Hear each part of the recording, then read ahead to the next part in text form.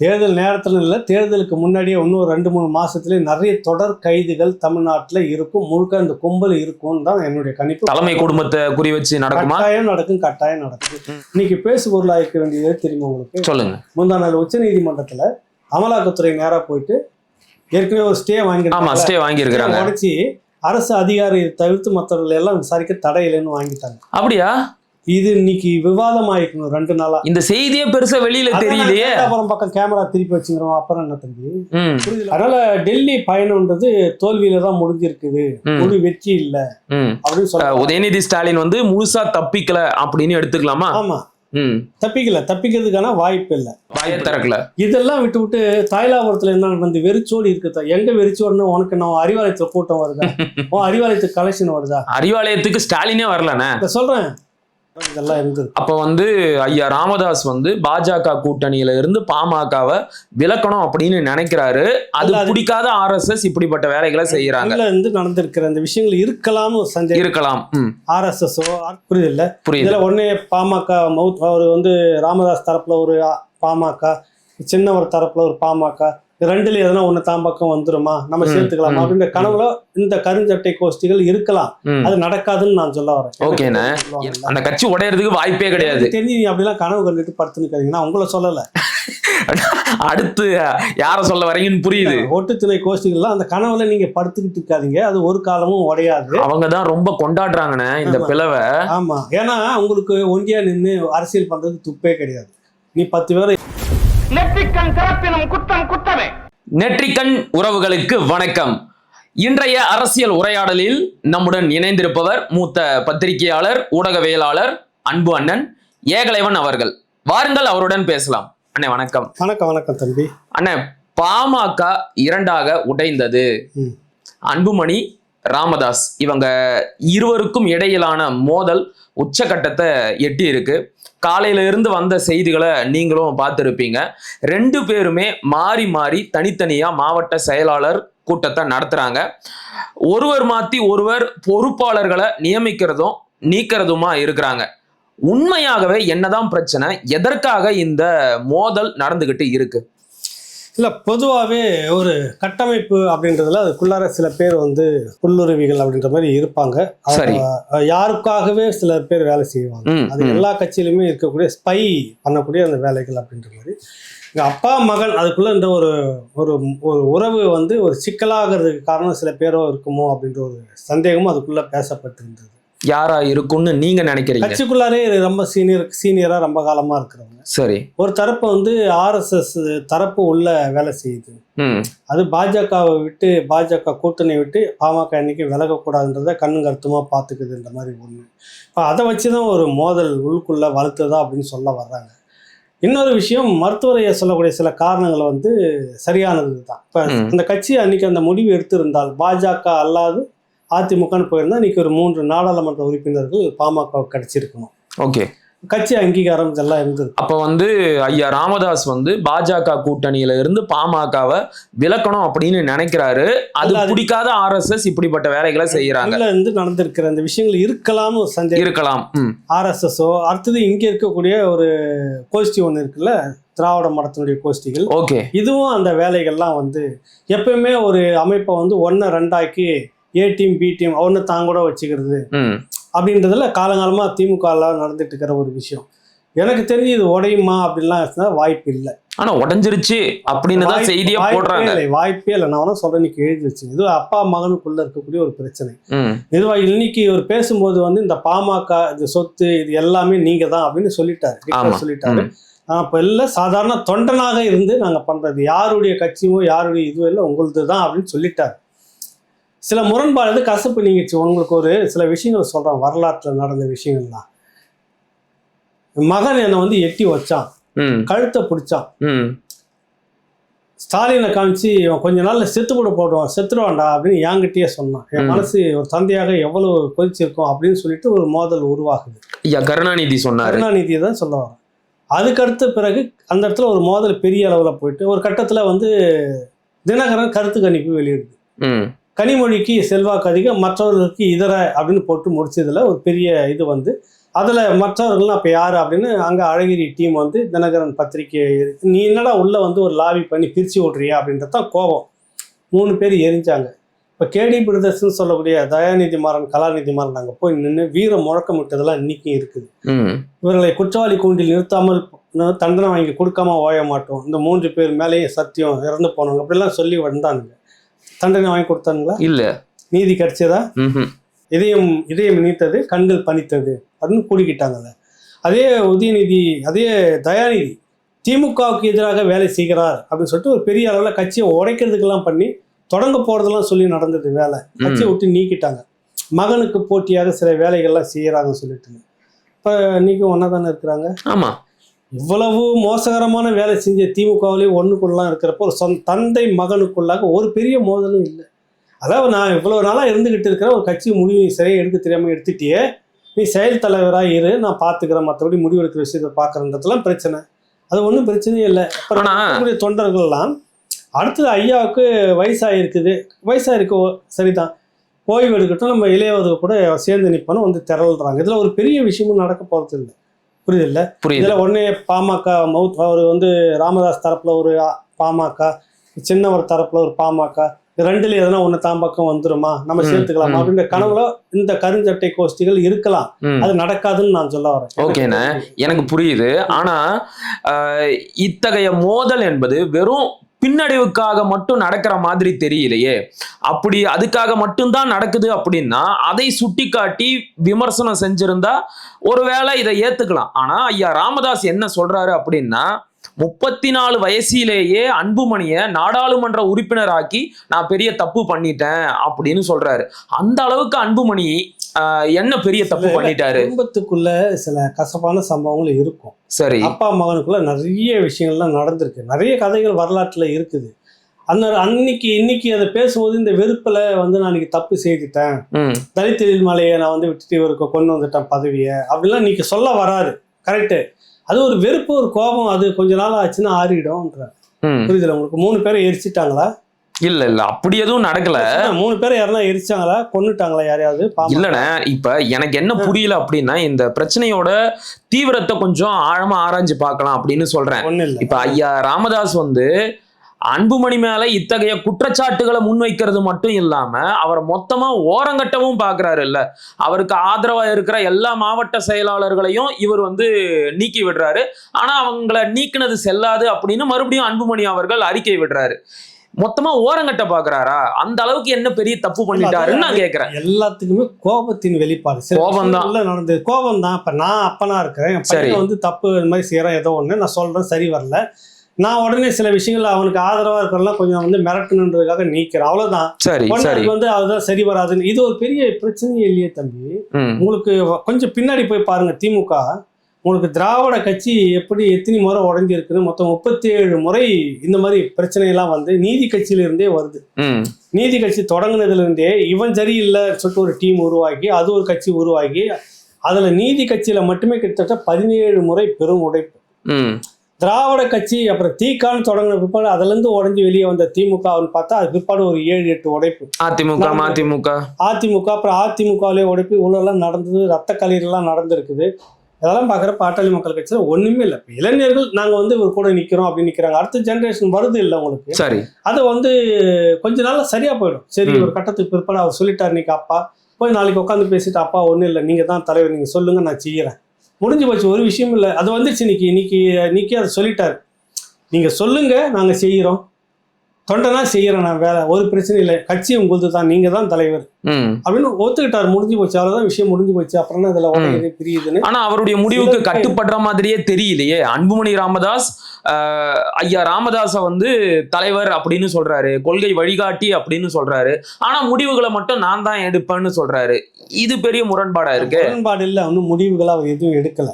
இவர்களா வந்திருக்கிறாங்க, இளையவர் பக்கம் வந்து இளையவர்கள்லாம் இவர் பக்கம் வந்திருக்கிறாங்க. 108 பேர்ல 100 பக்கம், இந்த 100 பேர் இந்த பக்கம் இருக்கிறாங்க. இந்த 8 பேரும் அவர் அந்த காலத்துலேருந்து விசுவாசமா இருக்கிறதுக்காக ஐயா விட்டுட்டு போக முடியாத நெருக்கடியில் இருக்கிறாங்க. தலைமை யார் சொன்னா நல்லா இருக்கும், யார் வழி நடத்தணும், நீ வந்து வழி நடத்தக்கூடாது அப்படின்றத உள்ளுக்குள்ள சில குடும்ப விஷயங்கள் நடந்திருக்கலாம். அது வந்து பொது வெளியில பேச வேண்டிய விஷயம் இல்லை. இதில் இப்போ என்ன உடைஞ்சதுன்னு சொல்ல வரோம் நம்ம. இதுல என்ன உடைஞ்சிருன்னு நினைக்கிறேன். இல்ல நான் சொல்லல, காலையில இருந்து எல்லா செய்தி ஊடகங்களும் உடைஞ்சிருச்சு. அவங்களுக்கு அது தேவைப்படுது. பாட்டாளி மக்கள் கட்சி உடையணும், ஒன்னு தூக்கி இடுக்கல இங்க வச்சுக்கணும், ஏதோ ஒரு அணியை தூக்கி தாம் பக்கம் சேர்த்துக்கணும். ஊடகத்துடைய அந்த எந்தெந்த ஊடகங்கள்லாம் திருப்பி இதை பண்ணிட்டு இருக்குது நல்லா பாருங்க. உன் குடும்பத்துல இன்னைக்கு பிரச்சனை நடந்துகிட்டு இருக்கு. முதலியார்கள்லாம் ஓரம் கட்டுறதா சொல்லி ஒரு பெரிய பிரச்சனை வந்திருக்குது. பழனிவேல் ராஜனுடைய மந்திரி இருக்கிறார்ல, அவருக்கு வேண்டப்பட்ட பொன் வசந்தன் நீக்கினதுல அந்த அந்த அந்த சமூகத்தையே புறக்கணிக்கிற மாதிரி நீங்க குறிப்பிட்டு அவங்கள மட்டும் தூக்கிக்கிட்டே வரீங்க. ஏற்கனவே அவரை ஓரம் கட்டினீங்க. என்ன சொன்னாரு, ஒரு 30,000 கோடி வச்சுக்கிட்டு என்ன பண்றாங்கன்னு தவிச்சுக்கிட்டு இருக்கிறாங்கன்னு சொன்னதாக வந்த செய்தியை வச்சு அவர் டம்மி பண்ணீங்க. அவர் மொத்தமா ஓரம் கட்டிட்டாங்க. அதுக்கு அடுத்தது வந்தீங்க, மாப்பிள்ளைக்கு இப்ப எங்க இருக்கிறாருன்னு தெரியாம முழுக்க ஒரு டீம் நீங்களே கிச்சன் கேபினெட் டேக் ஓவர் பண்ணிட்டு போறீங்க. இந்த பிரச்சனையெல்லாம் பேசுங்க ஊடகத்துல. இன்னொரு பக்கம் கனிமொழி அடிப்படையா வச்சுக்கிட்டு ஒரு லாபி நடக்குது. முழுக்க போயிட்டு கனிமொழி பேசுறாங்க இந்தியாவுக்காக. குறைஞ்சபட்சம் டிவியில கட்சி பொறுப்புல இருக்கிறவங்க தானே, எந்த டிவி சேனல் அதை பத்தி பெருசா காட்டுது? யாருமே ஏன் காட்டல? ஏன் காட்டல? கனிமொழியை முதன்மைப்படுத்த வேண்டாம் அப்படின்னு நினைக்கிறாங்களோ என்னமோ. அப்ப இந்த ஊடகம் யார் கட்டுப்பாட்டுல இருக்குது? கிச்சன் கேபினட்டோட கட்டுப்பாட்டுல இருக்கா? ஊடகம், இந்த ஊடகத்துக்கு எல்லாம் ஒரு தேவை இருக்குதா? பாட்டாளி மக்கள் கட்சி நியூஸ் ஏன் போகணும்னு தேவை இருக்குதா? புரியுதுல உங்களுக்கு? புரியுது. கருணாநிதி தொடக்கத்திலிருந்தே பல கட்சிகளை உடச்சி 1-2 நாக்கி ஒன்னு தான் கூட வச்சுக்கிறது, ஒன்னு அந்த பக்கம் வச்சுக்கிறது, இப்படி பல விஷயங்கள் செய்யுது. சித்தம் தான் ஆகுது. இவர் கொஞ்சம் ஹைடக்கா செய்யறாரு. ஊடகங்கள் மூலமா அது பேசி 2வது இது எனக்கு தெரிஞ்சு நான் இன்னைக்கு எழுதி கொடுக்குறேன் பாருங்க. இது ஒரு கட்சி ஒரு பாமக ஒன்னா தான் இருக்கும்.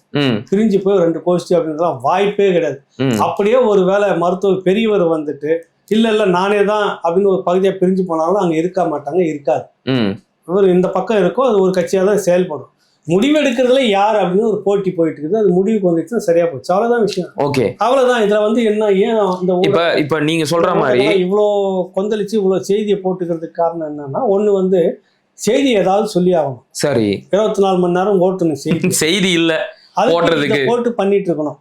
திமுக பக்கம் நடக்கிறத சொன்னாக்கா கட்டிங் போயிடும், மாதாந்திர வருமானம் போயிடும், ஆடு கவர்மெண்ட் தரப்புல எவ்வளவு கொட்டி கொடுத்துட்டு இருக்கிறாங்க தெரியும், இவ்வளவு விஷயமும் கட் ஆயிடும். அப்ப திமுகக்குள்ள குழப்பம்னு ஒரு முறை ஒரு விவாதம் ஒரு செய்தியை பண்ணியிருக்கீங்களா நீங்க? இல்ல.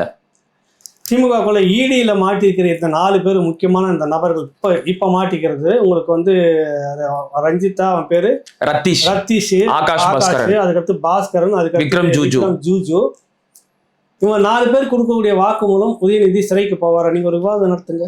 நாட்டுக்கு அதான முக்கியம். வீட்டு பணம், ஏன் வீட்டு பணம்? நீங்க உழைச்ச உங்க அப்பா வீட்டு பணம் இல்லை, எங்க அப்பா வீட்டு பணம், உங்க அப்பா வீட்டு பணமும் இதன் பேர்ல சொல்லி கடன் வாங்கி இந்த மக்களுக்கு திட்டங்கள் செய்யறதா நீ எங்கேயும் அரை குறையமா கட்டி தோண்டி விட்டு பணத்தை முழுக்க அடிச்சு வச்சுக்கிறது. டாஸ்மார்க்ல மட்டுமே சுருட்டுனதுல ஒருத்தன் 210 கோடிக்கான வாட்சி வச்சுக்கிறதுன்னு சொல்றான். அப்ப அவன் எத்தனை ஆயிரம் கோடி உள்ள இருந்திருக்கும். நிச்சயமா எவ்வளவு கொழுப்பு எடுத்தவனா இருப்பான். இவ்வளவு பணமும் எங்கிருந்து வந்ததுரா உனக்கு? ஒரு ஊடகம் இதை பத்தி பேசியிருக்குதா இல்லையா? விவாதிச்சிருக்குதா இல்லையா? வாயே திறக்கல. இதெல்லாம் விட்டு தாய்லாபுரத்துல என்ன வெறிச்சோடி இருக்குதா? எங்க வெறிச்சோடுன்னு உனக்கு நான் அறிவாலயத்துல கூட்டம் வருதா? அறிவாலயத்துக்கு கலெக்ஷன் வருதா? அறிவாலயத்துக்கு ஸ்டாலினே வரலண்ணே சொல்றேன். சொல்லு. இப்ப இதெல்லாம் விவாதிக்க வேண்டிய ஊடகங்கள் நீ எதை எடுத்துக்கிட்டு பேசுற? ஒரு கட்சி உடையதா இல்லையா? நாட்டுக்கு அது பிரச்சனை இல்லை, அவங்க கட்சிக்கு தான் அது பிரச்சனை. ஆனா நாட்டுக்கு பெரிய பிரச்சனை என் கட்சியினுடைய என்னுடைய உழைப்பின் பணம் சுரண்டப்படுகிறது, கொள்ளையடிக்கப்படுகிறது, கோடியா இவெல்லாம் வச்சுக்கிட்டு இருக்கிறான். யாருன்னே தெரியல. நேற்று வரைக்கும் அவன் திடீர்னு பார்த்தா ஒரு 600 கோடிக்கு படம் எடுத்துட்டு இருக்கிறான். யாருன்னே தெரியல. ஒருத்தன் ஈசிஆர்ல ஒரு 500 கோடிக்கு பெரிய ஒரு இதை ஒன்று கட்டிக்கிட்டு இருக்கிறான். யாருன்னே தெரியல. பல 100 கோடி ஒரு இடத்துல இன்வெஸ்ட் பண்ணிட்டு பிசினஸ் பண்ணிக்கிறான். யாரு இவெல்லாம்? எங்க இருந்தா இவனுங்களுக்கு எல்லாம் எங்க இருந்து பணம் வந்துச்சு? சசிகலா சொத்து வாங்கிட்டாங்க. எனக்கு தெரியும் அன்னைக்கு அந்த சசிகலா வழக்குல, ஜெயலலிதா சொத்து குவிப்பு வழக்குல இன்வெஸ்டிகேஷன் ஆஃபீஸர் ஒரு முறை எங்களை உட்கார வச்சுட்டு, இங்க ஈசிஆர்ல தொடங்கி இப்பவும் போனீங்கன்னா ஈசிஆர்ல அந்த திருவான்மூர் தாண்டினோடனே பார்த்தீங்கன்னா ஒரு இடம் அப்படியே சாத்தின மாதிரியே இருக்கும். இப்ப வந்திருக்கிற வால்வோ பஸ் ஒன்றும் பெரிய விஷயம் இல்லை. அந்த வால்வோ பஸ் உள்ள நிறுந்திருக்கும். அன்னைக்கு நவீன சொகுசு பஸ் சசிகலா வாங்கினார், சசிகலா இங்கே இடம் வாங்கினார். மொத்தமே 66 கோடி தான், அவ்வளவுதான். இதுக்கு போன இவனுங்க இந்த போஸ்டிங் எல்லாம் இன்னைக்கு இத்தனை 1000 கோடி கொள்ள போய் இவங்கெல்லாம் யாரு? 100 சசிகலாக்கள் இருக்கிறத பத்தி பேசணுமா இல்லையா? கண்டிப்பா. ஏன் இதை பத்தி ஒரு விவாதமும் நடத்தாம தைலாபுரம் வெறிச்சோடி போச்சு, இங்க கூடி போச்சு, வெறுப்பேற்றுறது, ஒரு தூண்டி வருது, ஒண்ணு எரியறதுல எண்ணெயை ஊத்துறது, அதன் மூலமா என்ன பிச்சுக்கிட்டு வந்துச்சுன்னா நம்ம கொஞ்சம் வருஷம் குழப்பு போறோம். உனக்கு சுயமாக நின்று ஒரு காலமும் தனிச்சு நின்று நேற்று முளைச்சி வந்த நாம் தமிழர் கட்சி தனிச்சு நின்று 8% கட்சி அங்கீகாரம் வாங்கியிருக்கிற மாதிரி ஒரு காலமும் உன்னால நின்று ஜெயிக்கவே முடியாத ஒரு அச்சம் உங்களுக்குள்ள இருக்குது. அதனால யாராவது வருவாங்களா, அவங்க கூட சேர்ந்துக்கலாமான்னு பாக்குறாங்க. மற்ற சதையெல்லாம் எடுத்து மேல ஒட்டிக்கிட்டு ஒரு பூதம் மாதிரி உன்னை காட்டிக்கிற திராவிட பூதம், நாங்கள் எங்களை அசைக்க முடியாதுன்னு எல்லாத்தையும் பிச்சுட்டு போயிட்டா நீயே கீழே வந்து உயிர் மூச்சு விட்டுடுவே. அதுதான் திராவிட. உனக்குன்னு ஒரு தனி பலம் கிடையாது. பலமாக இருப்பவர்களை தூக்கி தூக்கி நீ உள்ள வச்சுக்கிற. புரியுதுல? வாலி மாதிரி தான் அவங்க எதிர்க்கு இருக்கக்கூடியவனுடைய பலத்தை வாங்கிட்டு சேர்த்துக்கிற மாதிரி. உனக்குன்னு தனி செல்வாக்கே கிடையாது. நீ ஊர்பட்ட கட்சியெல்லாம் எடுத்து ஒட்டி வச்சுக்கிட்டு நான் ஒரு பெரிய இதுவான இப்படி இருக்கிற நீங்க இன்னொரு கட்சியை வந்து உடையிறது உடையக்கூடாதுன்றதை பத்தி முடிவெடுக்கிற அதிகாரம் உங்ககிட்ட இல்லைன்னு நான் சொல்ல வரேன். பாட்டாளி மக்கள் கட்சிக்குள்ள ஒரு பிரச்சனை நடந்துட்டு இருக்கு, அது இருக்கு, நாளைக்கு முடிஞ்சிட போகுதுன்ற. சரி சரி. இதை விட இப்ப இந்த பிரச்சனை மொத்தமும் எதை நோக்கி நிக்குது அப்படின்னா பாமக கட்சிக்கு ஏற்பட்ட பின்னடைவு. ஐயா ராமதாஸுக்கு என்ன விருப்பம் அப்படின்னா அதிமுக கூட கூட்டணி வைக்கணும். கூட்டணி வச்சிருந்தா ஓரளவுக்கு ஒரு 2 நாடாளுமன்ற உறுப்பினராவது கிடைச்சிருப்பாங்க, இன்னும் கொஞ்சம் கூட சட்டமன்ற உறுப்பினர்கள் கிடைச்சிருப்பாங்க. ஆனா அதையெல்லாம் கெடுக்கிற மாதிரி அன்புமணி வந்து பாஜக கூட கூட்டணி வச்சுட்டாரு, அதனால தான் நமக்கு இந்த அளவுக்கு பின்னடைவு, இனி நானே எல்லா முடிவையும் எடுப்பேன் அப்படிங்கிற இடத்துல இருந்துதான் இந்த எல்லா பிரச்சனையும் தொடங்குது. ஆனா இன்னைக்கு என்ன நிலைமை? அதிமுகவும் பாஜகவுமே மீண்டும் கூட்டணி வச்சுட்டாங்க. அப்ப இவங்களுக்கு இடையில இந்த மோதல் வந்ததுல அர்த்தமே இல்லையே. இன்னைக்கு இல்ல, அது ஏற்கனவே நடந்த விஷயத்துக்கு அது இன்னைக்கு முத்தி போயிருக்கு. அது வந்து எம்பி இதுல இன்னைக்கு நமக்கு எம்பி 2 எம்பி இருந்திருந்தா நல்லா இருந்துச்சு. ஒரு ஆதங்கத்துல சொல்ல வர்றது இது எல்லாம் மொத்தமும் சேர்ந்து ஒரு பெரு வெடிப்பா இப்ப வருது. அதுதான் இந்த கோபம். இந்த கோபம் வந்து எதுக்கும் ஒரு பெரிய அலையா வந்தாலும் தம்பி அது தண்ணியோட தான் சேரும். நீர் அடிச்சு நீர் விலகாதுன்னு சொல்லுவாங்கல்ல. அந்த கட்சி உடையறதுக்கு வாய்ப்பே கிடையாது. தெரிஞ்சு நீ அப்படிலாம் கனவு கண்டுட்டு படுத்துன்னு உங்களை சொல்லல. அடுத்து யார சொல்ல வரீங்கன்னு புரியுது. ஒட்டு துணை கோஷ்டிகள்லாம் அந்த கனவுல நீங்க படுத்துக்கிட்டு இருக்காதீங்க, அது ஒரு காலமும் உடையாது. அவங்கதான் ரொம்ப கொண்டாடுறாங்கன்னு இந்த பிளவை. ஆமா, ஏன்னா உங்களுக்கு ஒண்டியா நின்று அரசியல் பண்றது துப்பே கிடையாது. நீ 10 பேரை எப்பவுமே கூட சேர்த்து வச்சுன்னு கோஷம் போட்டுங்கிற ஆளு. அது ஒத்தையில நின்று பல விஷயங்களை சமாளித்து பல விஷயங்களை சாதனை பண்ணிட்டு வெளியில் நிற்கிற கட்சி அது ஒன்று பாட்டாளி மக்கள் கட்சி. ஒண்டியா நின்று ஒரு தேர்தலை சந்திக்க துப்பு இல்லாத நீங்க வந்து பாட்டாளி மக்கள் கட்சி இப்படி பேசாதீங்கன்னு சொல்ல வரேன், கனவு காரணாதீங்கன்னு சொல்ல வரேன். புரியுதுல? இந்த ஒட்டுத்தண்ணி கோஷ்டிகள் இந்த மாதிரி ஒரு இதில் இருந்துடாதீங்க, இது வந்துச்சுன்னா நமக்கு ஒரு பெரிய அளவில் இருக்கும், செட்டப் இருக்கும் அப்படின்னு. நீங்கள் என்னென்னலாம் அந்த சமூகத்துக்கு துரோகம் பண்ணீங்கன்னு வரலாறு இருக்குது இன்னைக்கும். அந்த வரலாறுலாம் மீறி நாளைக்கே வந்து அன்புமணி கூட கூட்டணி வைப்பாரானா அது அவர் செட்பேக்கு தான். அதையும் நான் சொல்லணும். நீங்க போய் திமுக இவ்வளவுக்கும் பிறகு திமுக கூட பாட்டாளி மக்கள் கட்சி நாளைக்கு எதிர்காலத்தில் இப்போ கூட்டணி வச்சுன்னா உங்களுக்கு பெரிய செட்பேக். நீங்க சாணிக்கத்தனமா இவங்க கூட நின்னா இந்த சீட்டு வரும், இவங்க கூட நின்னா சீட்டு வரும்னு சொல்லிட்டு நின்றுட்டு நீங்க திமுக கூட என்னைக்கு போனாலும் அது உங்களுக்கு ஒரு செட்பேக்கு தான். அதுக்கான அரசியல் ஒரு பக்கம் இருக்குது. இன்னைக்கு தேதிக்கு என்னன்னா அது அவங்க அப்பா மகனுக்குள்ள இருக்கக்கூடிய பிரச்சனை. இங்கே வந்துட்டு எவ்வளோ பிரச்சனை இருக்குது கட்சிக்குள்ளார, இதெல்லாம் பேசணும் வெளியில், அதை விட்டுட்டு அங்கே பேசாதீங்கன்னு. இப்போ பாருங்க, கொஞ்ச நாள் சீமானை தூக்கி சுற்றி. ஏன்னா இந்த கட்சிக்குள்ளே இவ்வளோ குமுறல் இருக்குது, இவ்வளோ பிரச்சனை இருக்குது, இவ்வளோ ஊழல் முறைகேடு சீன்னு இருக்குது. இன்னைக்கு பேசு பொருளாக இருக்க வேண்டியது தெரியுமா உங்களுக்கு? சொல்லுங்க. முந்தா நாள் உச்சநீதிமன்றத்தில் அமலாக்கத்துறை நேராக போயிட்டு ஏற்கனவே ஒரு ஸ்டே வாங்கியிருக்காங்க. உடச்சி அரசு அதிகாரி தவிர்த்து மற்றவர்கள் எல்லாம் விசாரிக்க தடை இல்லைன்னு வாங்கிட்டாங்க. அப்படியா? இது இன்னைக்கு விவாதம் ஆயிருக்கணும் 2 நாளா. இந்த செய்தியே பெருசா வெளியில தெரியலையே. அப்புறம் பக்கம் கேமரா திருப்பி வச்சுக்கிறோம். அப்புறம் என்ன தம்பி புரியுதுல உங்களுக்கு? சோழிங்கநல்லூர் பக்கம் கேமரா திருப்பி வச்சுக்கிறோமே, அன்புமணி ராமதாஸ் போட்டு வச்சு கேமரா முழுக்க அங்க இருக்கு. நம்மளும் அங்க பார்த்துட்டு ஐயோ என்ன ஆகும், ஐயோ என்ன ஆகுன்னு பாத்துக்கிறோம்ல. விசாரிக்க விவாதிச்சிருக்க வேண்டிய விடயம் இந்த 4 பேர் வாக்குமூலம் கொடுத்தாருன்னா யாரும் உள்ள போயிடுவோம். ஓகே, 4 பேருக்கு இந்த எத்தனை ஆயிரம் கோடி எப்படி இருந்து வந்தது? இதுக்கு முந்தின காலகட்டத்தில் எத்தனை ஆயிரம் கோடி வச்சுக்கிட்டு இருந்தான். சமீப காலமாக மட்டும் சில ரியல் எஸ்டேட் நிறுவனங்கள் கோடியா ப்ராஜெக்ட் பண்ணிட்டே போது எங்கிருந்து வந்தது, இதெல்லாம் விவாதிச்சிருக்கணும். இதை விவாதிக்கணும், இதை விவாதிக்க வச்சிருக்கணும். அரசு இன்டெலிஜென்ட் எப்பவுமே என்ன பண்ணணும்னா இதெல்லாம் நமக்கு பிரச்சனை வருது அந்த நேரத்தில் வேற ஒரு டைவெர்ட் பண்ணுறதுக்கு சில ஊதுகுழல்களை வச்சுட்டு இருக்கோம். உங்களுக்கு உண்மையான விஷயம் கேட்கக்கூடாதுன்னு ஸ்பீக்கரை வாம்பாக்கம் கிட்ட காது சத்தமா இருக்கும், அவங்க பேசிக்கிறதுல கேட்காது இல்ல. அந்த மாதிரி இந்த ஊழல் முறைகேடு இதை பற்றிலாம் விவாதம் வந்துடக்கூடாது. திருப்பி கேமராவை சீமான் பக்கம் கொஞ்சம் காலம் திருப்பிக்கிட்டே இருந்தாங்க. இப்போ சீமான் எதுவும் மறந்துட்டாங்களா என்னன்னு தெரியல, இல்லை எலெக்ஷன் நெருக்கத்துல எடுப்பாங்க. இப்போ உடனே பாமகவை பிடிச்சிக்கிட்டாங்க. இதுதான் இதுல இருக்கக்கூடிய விஷயம். இந்த உண்மையிலேயே உட்கட்சி இதுதான் பூசல் வந்து திமுகவுல தான் நடக்குது, அங்கதான் நடந்துகிட்டு இருக்கு. போதை மருந்து கடத்தல சிக்கி உள்ள இருக்கிற கோஷ்டி அந்த கோஷ்டி, புரியுது இல்ல? நீ அதை பேசணும், அதை விவாதிக்கணும். எத்தனை ஆயிரம் கோடி வாங்கிட்ட வந்திருக்கு. ஒரே ஒரு சொன்னாங்க, லட்சக்கணக்கில் சொன்னாங்க. 1000 கோடி நாங்க ஈடி எப்படி இது வந்துச்சுன்னு கேட்டிருக்கணும். பாட்டிலிங் விஷயம், பாட்டில் வந்து செகண்ட் ஹேண்டா வாங்கி அந்த பாட்டிலை திரும்ப கழுவி திரும்ப கொடுக்கறதுலேயே ஒரிஜினல் பாட் விலையிலே வச்சு பண்ணிக்கிறதுல மட்டுமே 1000 கோடி ஊழல். மீதி என்னென்னலாம் எவ்வளவு விஷயம் அதுக்குள்ள இருக்குது, எத்தனை ஆயிரம் கோடி எத்தனை லட்சம் கோடி வந்திருக்கும். பாதிக்கு பாதி 1020 சீல் இல்லாம நேரா கம்பெனிக்கே சேல். அதுல எத்தனை லட்சம் கோடி சேர்ந்துருக்கும்.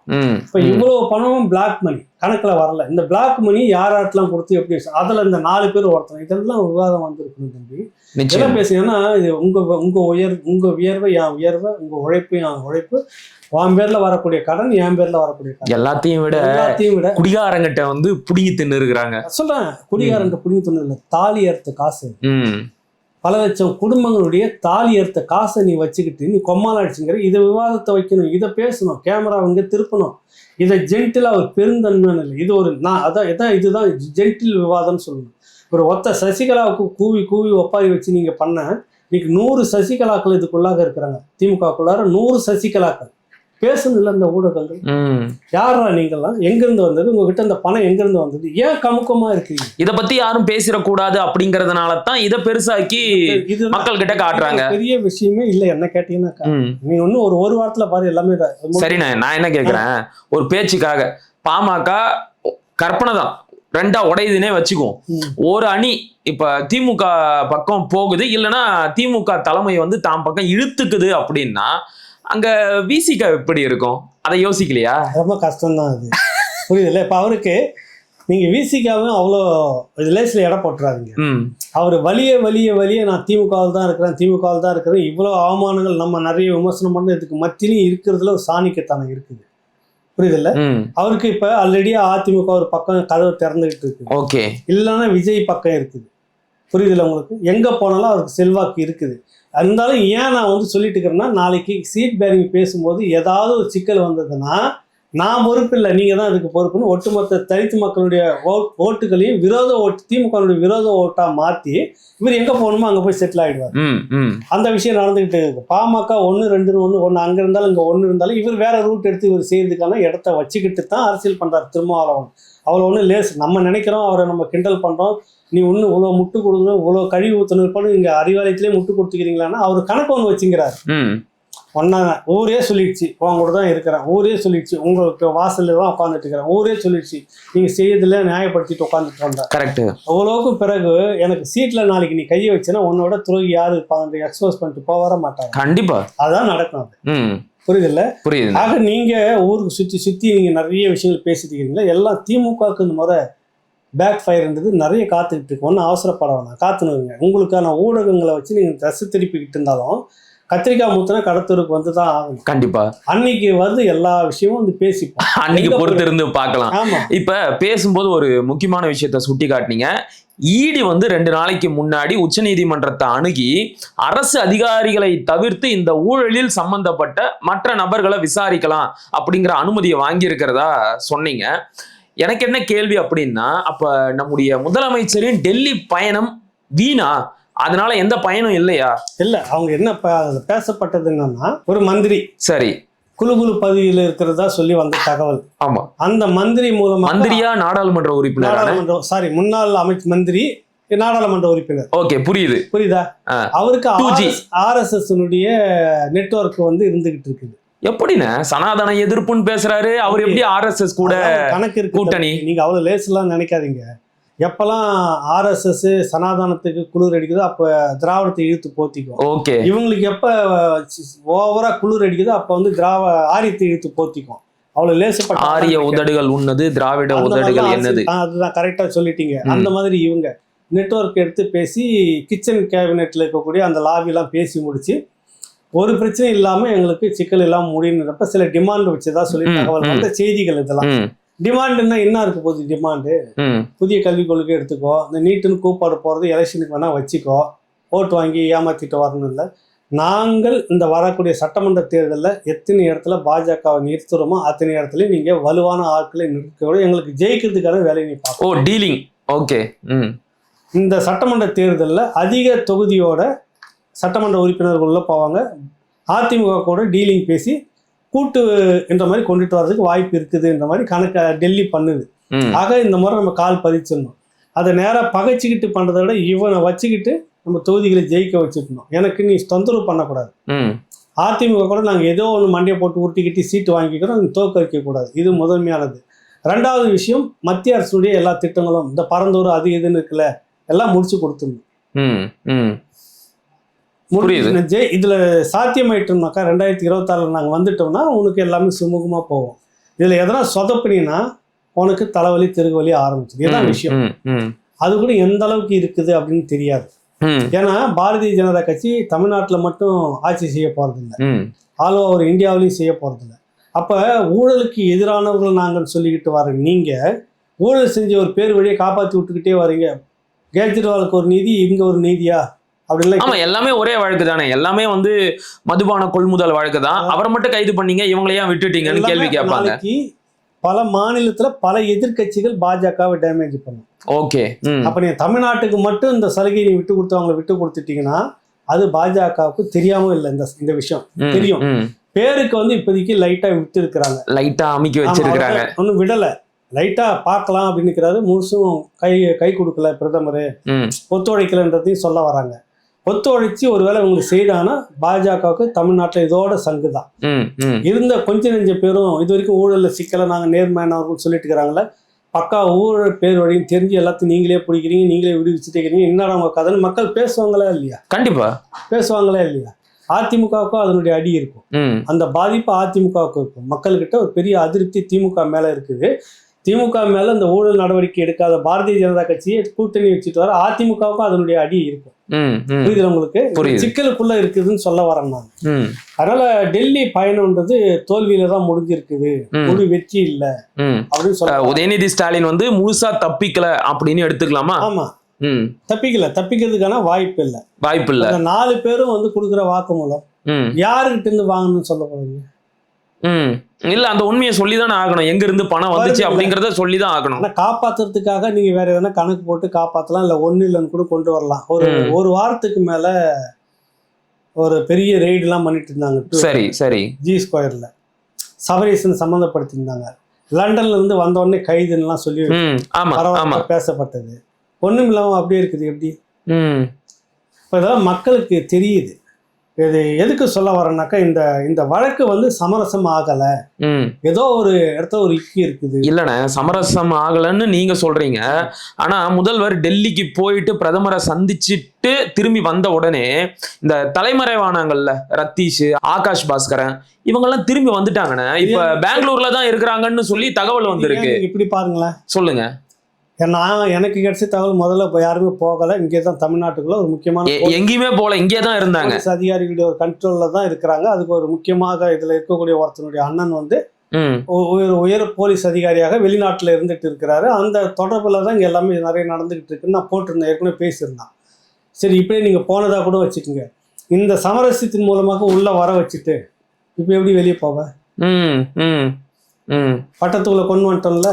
ஓகே ஓகே, உன்னை வந்து பொறி வச்சு புடிச்சிருக்கிறோம், உள்ள கொண்டு வந்து. ஓகே ஓகே, இனிமே வெளியில நீங்க சொல்றபடி நாங்க சமாதானம் ஆயிட்டோம் அப்படின்னு நம்ப வச்சு இவனுங்களை வந்து வர வச்சிருக்காங்க, கொண்டு வந்துட்டாங்க. ஓகே, இப்ப இங்கதான் கண்காணிப்புல இருக்கணும். எப்படி அசோக் வந்து 2.5 வருஷமா பிடிக்க முடியலன்னு வச்சுக்கிட்டே இருந்தாங்க, கடைசியில நீதிமன்றத்துக்கு வந்து சரணடைஞ்ச மாதிரி.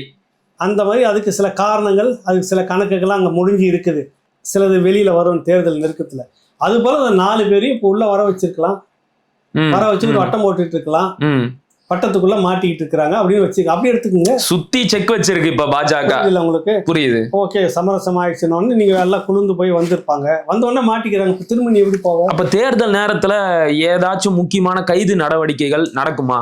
தேர்தல் நேரத்துல இல்ல, தேர்தலுக்கு முன்னாடியே இன்னும் 2-3 மாசத்துல நிறைய தொடர் கைதுகள் தமிழ்நாட்டுல இருக்கும். முழுக்க இந்த கும்பல் இருக்கும் தான் என்னுடைய கணிப்பு. தலைமை குடும்பத்தை குறி வச்சு நடக்குமா? கட்டாயம் நடக்கும். அது நான் அதான் சொன்னேன், நார்த்ல எல்லாம் பேசுவாங்க தம்பி. நினைக்கிற மாதிரி நார்த்ல கேஜ்ரிவாலுக்கு ஒரு நியாயம், இங்க ஒரு நியாயம் எல்லாரும் பேச ஆரம்பிச்சாரு. இவரு சந்திரசேகர் ராவோட மகளுக்கு ஒரு நியாயம், நேர்மை என்ன இருக்கு, எச் ராஜா என்னன்னு பேசிட்டு வருவார். நயினா நாகேந்திரன் தலைவர் என்னன்னு பேசிட்டு வருவாங்க. அம்மா தமிழிசை என்னன்னு பேசிட்டு, நில்லுமா கொஞ்சம் நில்லு, இவ்வளவு விஷயம் பேசுறீங்க, கேஜ்ரிவாலுக்கு பண்ணீங்க, இங்க எப்படி இங்க விட்டீங்க? நாளைக்கு எலெக்ஷன் நேரத்துல வண்டியை நிறுத்திட்டு வந்துட்டு கேள்வி கேட்டா பதில் இருக்கா உங்ககிட்ட? கரெக்ட் இருக்குதா இல்லையா? நாடே தெரியுது எவ்வளவு சொத்து வச்சுங்குதுன்னு நல்லா தெரியுது. புரியுது உங்களுக்கு? 100 சசிகலாக்கள் உள்ள இருக்காங்கன்னு தெரியுது. நீங்க அங்க நடவடிக்கை எடுத்து விட்டு பக்கத்துல தெலுங்கானால அந்த ஒரு கவிதா தங்கச்சி அங்கேயும் நடவடிக்கை எடுத்துட்டு இங்க மட்டும் ஒண்ணும் இல்ல புனிதமா இருக்குதுன்னு சுத்திட்டு இருக்கீங்க எப்படின்னு கேள்வி கேட்பாங்களா மாட்டாங்க? அதுவும் கண்ணுக்கு எதிர்க்க தெரியுது, பாட்டிலுக்கு 10 ரூபாய் வாங்குறாங்க, இது ஊழல் முறைகேடுன்னு தெரிஞ்சும் நீ விட்டு வச்சிருக்கிறியே அப்படின்னு பாஜகவை நோக்கி கேள்வி வரத்தான் செய்யும். பாட்டிலுக்கு 10 ரூபான்றதுல சில்லற விஷயம் இல்லைன்னா எல்லாருக்கும் தெரிஞ்சு நடக்கிறத சொல்றேன். நடந்திருக்கு உள்ளார, புரியுதுல்ல? அதனுடைய பணம் தான் இப்ப எல்லா இடத்துலயும் போயிட்டு ரியல் எஸ்டேட்ல குவியறதும், இங்க குவியறதும், இங்க குவியறதும், நடிகைக்கு 40 லட்சம் ரூபாய் ஹேண்ட்பேக் கொடுக்கறதும், புரியுதுல்ல? இவ்வளவு எங்க இந்த கொழுத்து போச்சுன்னா உங்களுக்கு என்ன, அதாவது கொழுத்து அர்த்தராத்திரில கொடை பிடிப்பாங்க, அர்ப்பனுக்கு வாழ்வு வந்தா அர்த்தராத்திரில அர்ப்பனுக்கு வாழ்வு வந்த கதையை பணம் கொழுத்து போன உடனே ராத்திரில கொடை பிடிச்சுன்னு சுத்துறாங்க. மழைக்கு பிடிக்கலாம், வெயிலுக்கு பிடிக்கலாம், இருட்டுல ஏன் கொடை பிடிச்சுன்னு சுத்துற? இது அதுதான் இதெல்லாம் சொல்ல வர. இதெல்லாம் வந்து நாளைக்கு அண்ணாமலையோ எச் ராஜாவோ தமிழிசையோ இல்லை இப்போ தலைவராக இருக்கக்கூடிய நயனானந்தன் அவர்களோ நாளைக்கு பிரச்சாரத்துக்கு போகும்போது கொஞ்சம் நிறுத்து, இதுக்கு பதில் சொல்லு, அங்கெல்லாம் நடவடிக்கை எடுத்துட்டு இங்க ஒண்ணுமே இல்லை, என்ன அவங்க ரகசிய கணக்கு, என்ன கள்ள உறவு உங்களுக்குள்ள, என்ன அரசியல கைகோப்பு, இந்த பக்கம் அதிமுக கூட கூட்டணி வச்சுக்கிறேன், இந்த பக்கம் திமுக கூடயும் வந்து க்ளோஸ்ல இருந்துட்டு இருக்கிறீங்க.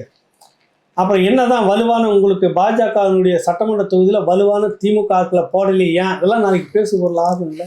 நிச்சயமா எக்ஸ்போஸ் ஆகும். பாரதிய ஜனதா கட்சி இதுல தப்பு பண்ணா மக்கள் மத்தியில அம்பலப்பட்டு நிக்க போறது பாரதிய ஜனதா கட்சியாகத்தான் இருக்கும்.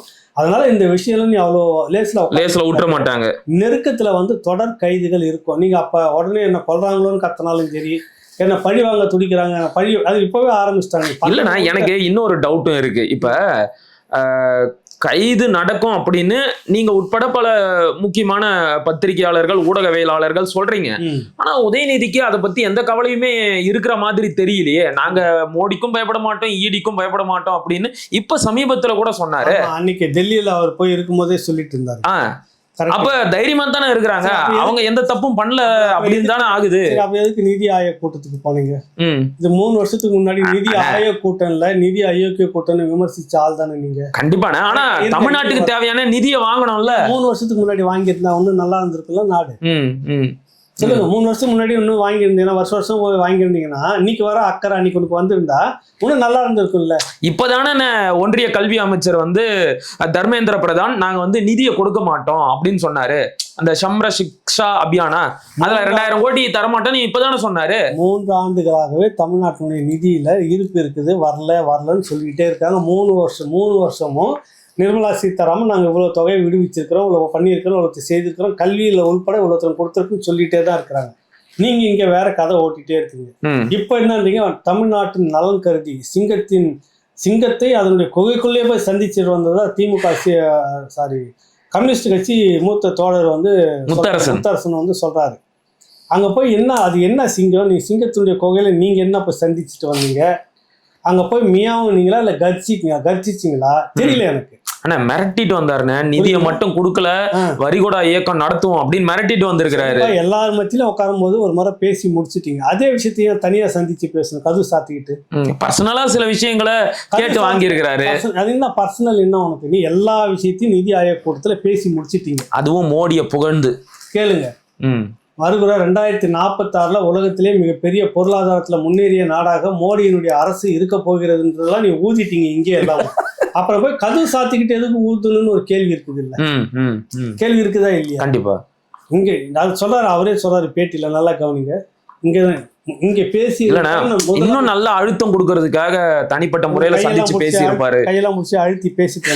அந்த அழுத்தம் இல்லைன்னா எங்களுக்கு நிதியை தந்தே ஆகணும் அப்படின்னு வலுவா கேட்டு இருப்பாரு. அதை ஏன் வலுவா 3 வருஷமா நீ தேக்கத்துல இருக்க ஏன் போகலன்னு கேட்கறேன்.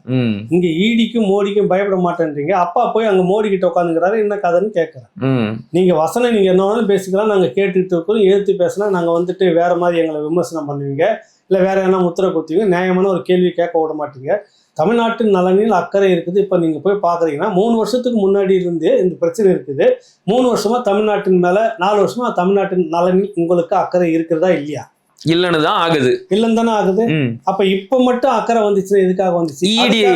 ஈடிக்காக வந்துச்சு. அப்போ ஈடிக்கு பயப்படாம நீங்க ஏன் மோடி பார்க்க போனீங்க? வெறும் வசனம் மட்டும்தான் இல்லை. இந்த டயலாக் சினிமாவுக்கு பொருந்தும் தம்பி, நடைமுறை அரசியலுக்கு வந்து பொருந்தாது. நாட்டு மக்கள் பார்த்துக்கிட்டே இருக்கிறாங்க.